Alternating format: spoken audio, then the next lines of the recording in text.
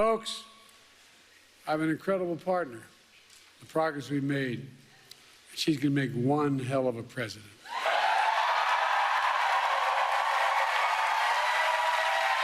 So that was President Biden out on the campaign trail with Kamala Harris. And the reason why I started with that clip is because Donald Trump has been trying to shape this new narrative that Joe Biden is an angry man. And there's a lot of tension between him and Obama now. And there's a lot of division on the Democratic side that Joe Biden has had the presidency ripped away from him. And it's a funny shift for Trump. And it's one that I want to talk about today because I think we all know and we all have our thoughts on why he's doing this. But suddenly now he's trying to paint this image that it was stripped away from Joe Biden too. I want you guys to take a look at this clip, and then we're going to talk more about it. I have another angle of thought as to why he's suddenly taken this approach and has this sudden soft spot for Joe Biden. But take a look. Presidency was taken away from Joe Biden, and I'm no Biden fan, but I'll tell you what, from a constitutional standpoint, from any standpoint you look at, they took the presidency away. And people were saying he lost after the debate. He couldn't win. Well, I don't know that that's true necessarily. But whether he could win or he couldn't win, he had the right to run. And they took it away. They said they're going to use the 25th Amendment. They're going to hit you hard. Either we can do it the nice. I know exactly because I know a lot of people on the other side, believe it or not.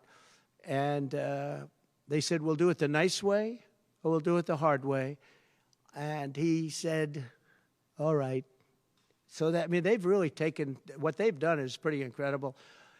And now I'm running against somebody else, and we're leading. We're leading. So I'm not complaining. I'm saying it's for a country with a constitution that we cherish. We cherish this constitution. To have done it this way is pretty severe, pretty horrible. You would have thought they would have gone out to a vote. They would have had a primary system. They would have done something. But to just take it away from them, like he was a child. And he's a very angry man right now, I can tell you that. He's not happy with Obama, and he's not happy with Nancy Pelosi, crazy Nancy. She is crazy, too. She's not happy with any of the people that told him that you've got to leave. Now, one could make the argument that the reason he's saying these things is because he truly is afraid to run against Kamala Harris, and he felt like he had a better shot against Joe Biden, especially after the debate. He felt like, okay, if I can get him in front of a live audience and do that again, then we could just keep on doubling down on this narrative that Biden is too old and the people will fall for it. Now he's got a new opponent, and now he's trying to figure out a way to run against that new opponent. But I believe there's a reason for this sudden soft spot for Joe Biden. It's not that he cares about Biden at all. It's that he's trying to further plant distrust in the system. He wants people to not trust our democracy. So he's saying, hey, Joe Biden had every right to run for president. They took it away from him. They took it away from him unjustly. That way, when he loses in November, he can say, they took it away from me too. This isn't about politics. It's about the corrupt system. It's about the weaponization of government. He can try to paint that image, and he's doing so in order to cause division and in order to cause distrust in our democracy. But if you've got a pair of eyes, you can look out and see that Joe Biden's not this angry man. If he's angry about anything, it's about what Donald Trump stands for. Take a look at this clip. Heard about the MAGA Republican Project 2025 plan. They want to repeal Medicare's power to negotiate drug prices. Let Big Pharma back to charge them whatever they want. Let me tell you what our Project 2025 is. Beat the hell out of them. I mean it.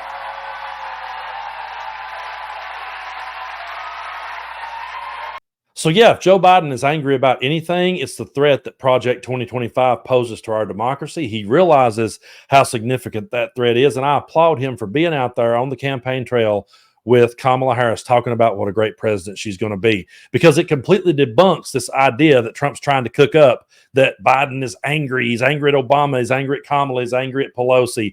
It's just more division from Trump and trying to sow distrust in our democracy and in our system.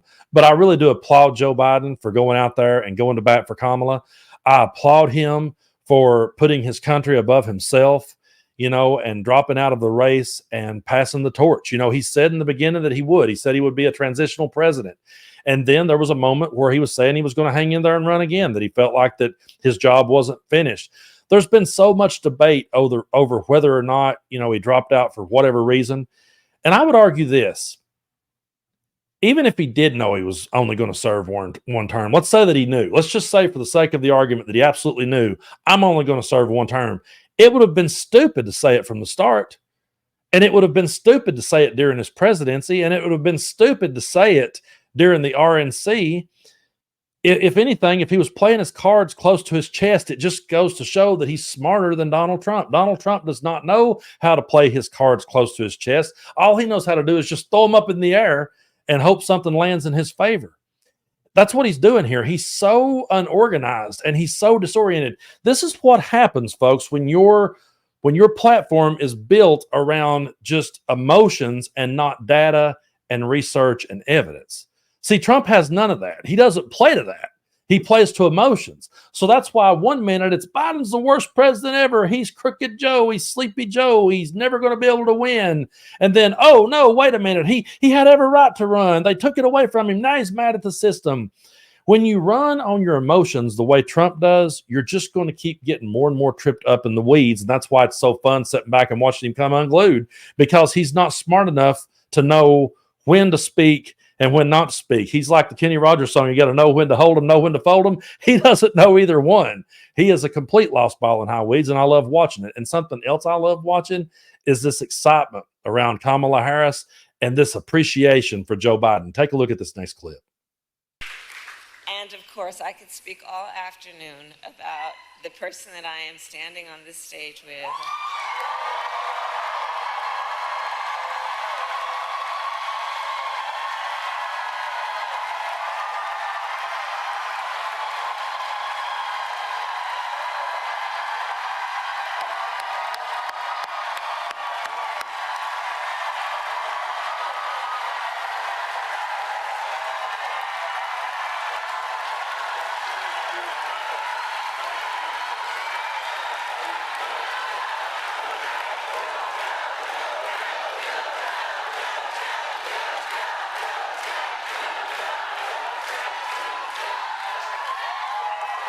Extraordinary President Joe Biden.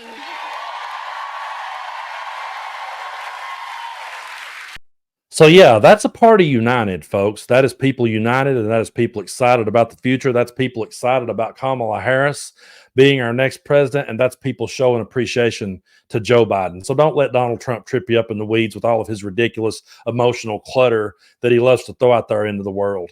It's so funny to me watching Trump do all of this, because it just shows how stupid he is. And the people that repeats it like a parrot, it's just pretty comical, because he will sit there and say, well, when it comes to a vice presidential pick, it really doesn't matter. A vice presidential pick doesn't matter one way or the other, because I'm going to be doing all the work. The president's the one that does the job. And then he'll turn around and say that Kamala Harris should have fixed all of our problems. And I love watching his followers share these memes. It's like, why hasn't she fixed the problems? Okay, let's stop and think about that for a minute. You're saying now that the vice president has all the power, and it's the vice president that does everything. So does that mean that all the things you think Trump did during his presidency, was that Mike Pence? You see how fast these things fall apart when you just get emotional and just repeat after your leader? You see, if you actually follow data and research and science and evidence and actual facts of life, if that's what you deal in, then you have to learn how to take it on the chin sometimes and lose.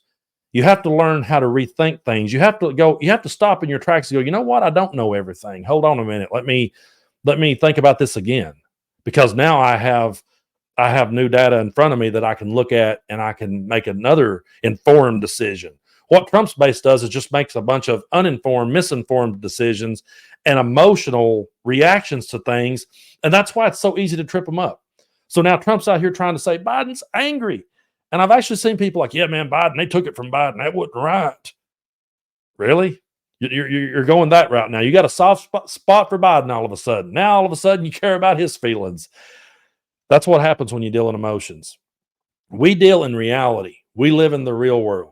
And in the real world, we see the problems that Americans are facing, and we're going to try to work to do our damnedest to fix those problems. Donald Trump has nothing but fear, propaganda, scare tactics, getting people worked up, and sowing distrust in democracy, because he hates our democracy. He hates the fact that there's a system in place to hold him accountable. That's why he says he has to have immunity. So it's funny watching him sow these seeds, but we can't let them take root. We got to make sure that we cut those out come November.